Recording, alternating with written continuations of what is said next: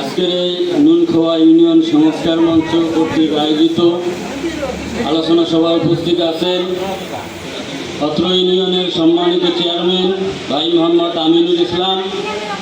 আরও উপস্থিত আছেন বাংলাদেশ জাতীয়তাবাদী দল তথা বিএনপির উপজেলা আহ্বায়ক জনাব গোলাম রসুল রাজাভাই সহ স্থানীয় গণ্যমান্য ব্যক্তি এবং উপস্থিত সুধীবৃন্দ, আসসালামু আলাইকুম ওয়া রাহমাতুল্লাহ।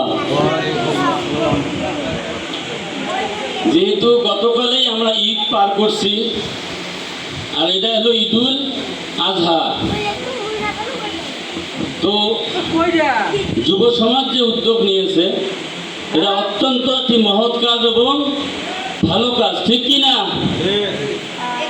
তো যারা আমরা আজকের এই কাজে অংশগ্রহণ করেছি, যাদেরকে এখানে নিয়ে আসা হয়েছে, আসলেই আমরা ব্যক্তিগতভাবে এই মানুষগুলোর খোঁজ নেওয়ার কোনো সুযোগ থাকে না বা নেই না। আমি আজকের এই নুনখোয়া ইউনিয়ন সংস্কার মঞ্চকে ধন্যবাদ জানাই যে বয়সে কম হলেও তারা এরকম একটা মহৎ কাজের উদ্যোগ নিয়েছে। তথাপি তাদের যে মূল উদ্দেশ্য নুনখোয়া ইউনিয়ন সংস্কার করা, অর্থাৎ ধাপে ধাপে বিভিন্ন পদক্ষেপ নিয়েছে তারা, কিন্তু আল্লাহ রাব্বুল আলামিন আমাদেরকে কিছু পরামর্শ দিয়েছেন, দিক নির্দেশনা দিয়েছেন। এর মধ্যে সূরা রদের 11 নম্বর আয়াতে অনুবাদ বলা হয়েছে যে যতক্ষণ যে জাতি নিজেকে পরিবর্তন করে না, আল্লাহ তাদের ভাগ্য পরিবর্তন ততক্ষণ করে না। এই জন্য আমি আহ্বান করব উপস্থিত মঞ্চের নেতৃবৃন্দ সহ যারা আজকের এই নুনখোয়া ইউনিয়ন সংস্কার মঞ্চের নেতৃবৃন্দ আছেন, আমরা নিজেরাও সংস্কার হব ইনশাআল্লাহ। পাশাপাশি আমাদের একটি নদীমাতৃক এলাকা, নদী ভাঙ্গন কবলিত একটি এলাকা, এখানে অনেক সমস্যা, কোনো ত্রাণ আসলে চরে যাওয়া যায় না, অনেক কিছু সমস্যা আছে। এই সমস্যাগুলো সুন্দরভাবে বিবেচনা নিয়ে তারা যেন কাজ করে।